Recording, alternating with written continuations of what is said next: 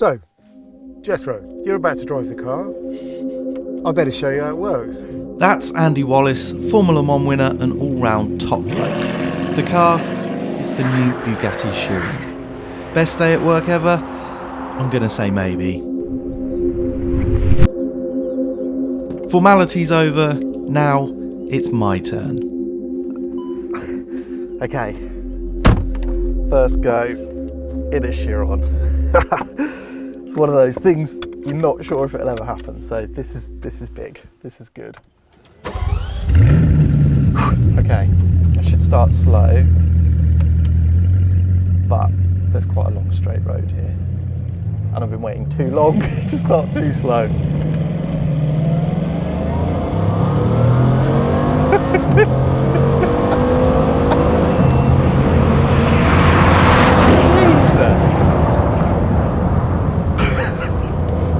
Wow. Jesus.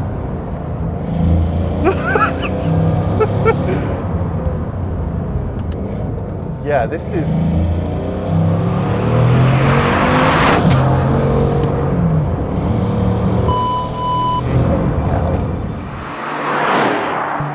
I wanted you to see those first moments because it shows a couple of things. Firstly, that the new Bugatti Chiron is so head-spinningly fast that it renders you pretty much dumbfounded. But also that from the very first moment you pin the throttle, you have complete confidence in this car's traction, its ability to transmit 1,479 horsepower and 1,180 foot-pounds with impunity. It's an early peek at this car's quite extraordinary abilities, so much so that just a couple of minutes later I can gather some calm, almost measured thoughts. I think it would take a hell of a long time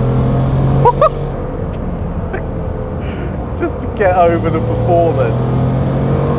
But if I try and put my rational head on and think about other stuff, stand out is probably the steering. It's much more weight than a Veyron, but it's so sort of predictable and natural feeling for an electric setup. It's really good, and the chassis's got so much more control than you'd expect given the weight. It just feels properly polished, and it might seem mad that I would jump in this and just let rip, but it gives you the confidence to do it. It's something else.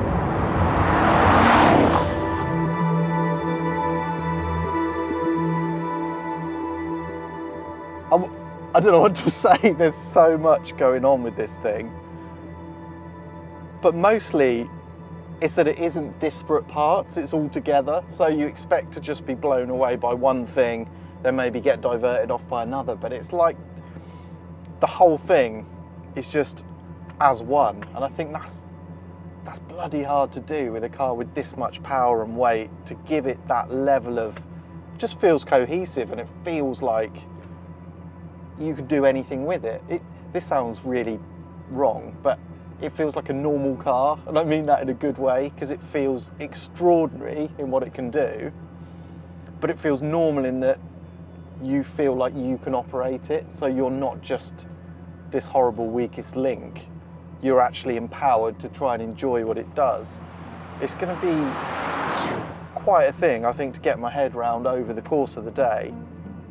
But yeah, just that sense that it's a car, but in a good way, so you can actually think about not just marveling at what it can do, but actually exploiting it, which is mad. And I guess I didn't really expect that, but it's yeah, I need a few more miles to really break down what I think about it, but at this stage it's so impressive. I realise now that describing it as so impressive doesn't quite cover it. This is a car that gives you all the tools to utilise its performance that is unprecedented in so many ways. Remember, this car's 8-litre W16 quad turbocharged engine produces 1500 PS or 1479 horsepower at 6,700 RPM and 1180 foot-pounds from 2 to 6,000 RPM. Key to that amazing accessibility is the 2-stage turbocharging. Below 3,800 RPM, all exhaust gases are fed to just 2 turbos for that immense low-down torque. Then the other pair of turbos join in to build towards the full 1500 PS. Get your head around this, it does 0 to 62 in less than 2.5 seconds, 0 to 186 miles an hour in under 13.6, and it is electronically limited to 261 miles an hour. The Chiron drives through a 7-speed dual-clutch box of staggering speed and smoothness. Imagine the forces at work, and yet the shift has such effortless precision. Of course, the Chiron is 4-wheel drive, featuring an E-diff in the rear axle, which helped Bugatti create its stated aim, a rear-wheel drive feeling. Tyres are Michelin Pilot Sport Cup 2s. Covering the details of the Chiron here is impossible, but you need to know about the new carbon fibre monocoque with LMP1 levels of rigidity, the adoption of continuously variable dampers with ride height control, active aero and the incredibly effective air brake, and of course the various driving modes which are also new. There's comfort orientated EB mode, the stiffer, lower and more stable Autobahn or highway mode, and the ultimate handling mode, which dials the ESP right back to allow the driver to experience that rear driven balance to full effect. But most of all, you need to hear and see how this car covers the ground. If only the weather would play ball. So you wait for what feels like years to drive the Chiron, come to southern Europe, and it pours with rain. It feels like we're in Wales in February or something. I just looked in my mirrors and there's a gold Chiron behind us. I'm going to let it past, just to show I'm not lying. The day gets more surreal. Thankfully, the road does eventually dry out and I finally get a proper chance to see how I really feel about the Bugatti Chiron.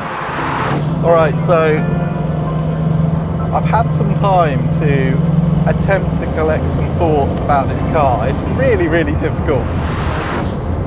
Obviously the performance dominates, but I guess if I had to say anything, it's like the performance is charting new territory, but everything else has been brought up to the same level. So the surprise, other than the shock of the performance, is that everything else matches that. Braking, grip, balance. The balance is really good. The whole car is just operating on this completely different level. So I talked a little bit about the steering before, and that it is something that strikes you because it lets you read the car, which is really impressive. You can lean on the front end, you can just pitch it into corners and feel it pushing back at you. And then what's really cool is when you're in the middle of the corner, you can get on the throttle so early, there's so much traction, but it feels like the car's turning and that you're driving on sort of the outside rear wheel. So the whole car's balanced, you don't get any understeer, and it feels like it's on the edge of sliding. Now, I don't really want to slide this car on the public road, but I do want to feel that sense of agility which you get with this car. It's so much more sort of aggressive in the way it turns into a corner, and then you can just get on the power, and the balance is going to that outside rear wheel. And it allows you to just use this ridiculous engine in places you would not expect to be able to do it. There's proper agility and control in this thing. What else stands out? Well, it brakes. Really, really good pedal feel. I mean, they're fantastic for a start, and the air brake really, really helps. But the feel through the pedal is great. Again, it's that real attention to detail that you maybe wouldn't expect of this car, because you just think of it as a numbers car. But the detail through the brakes, the steering, Jesus, is fantastic. And I think seamless sounds really undramatic, doesn't it? But there's so much force going on in this car that it feels sort of magical, that it is so seamless, and you want to lean on it, you want to push it. The body control, the way it deals with everything in one absolutely assertive movement. So impressive. It actually, when you combine the speed, the traction, the braking ability, the balance, it gives you this slightly ridiculous feeling of complete invincibility. And I think that's probably a slightly dangerous thing. And you have to keep yourself in check. I think driving this car, a lot of it is having the discipline to realise how quick it will go, what it's capable of, but that it's still subject to the laws of physics, so you need to think about braking distances, everything else. So after just a few hours with this thing, and I wish it was more, but it has been amazing just to get to know it properly after all this time. How do you even attempt to sum up the experience? I think it's just that it just does everything on such a high level. And it's better than it probably needs to be, you know. And I love that they've gone that extra mile to create this car. And what they've ended up with, it's phenomenal. It's actually a phenomena in itself. It's unreal and pretty damn fantastic.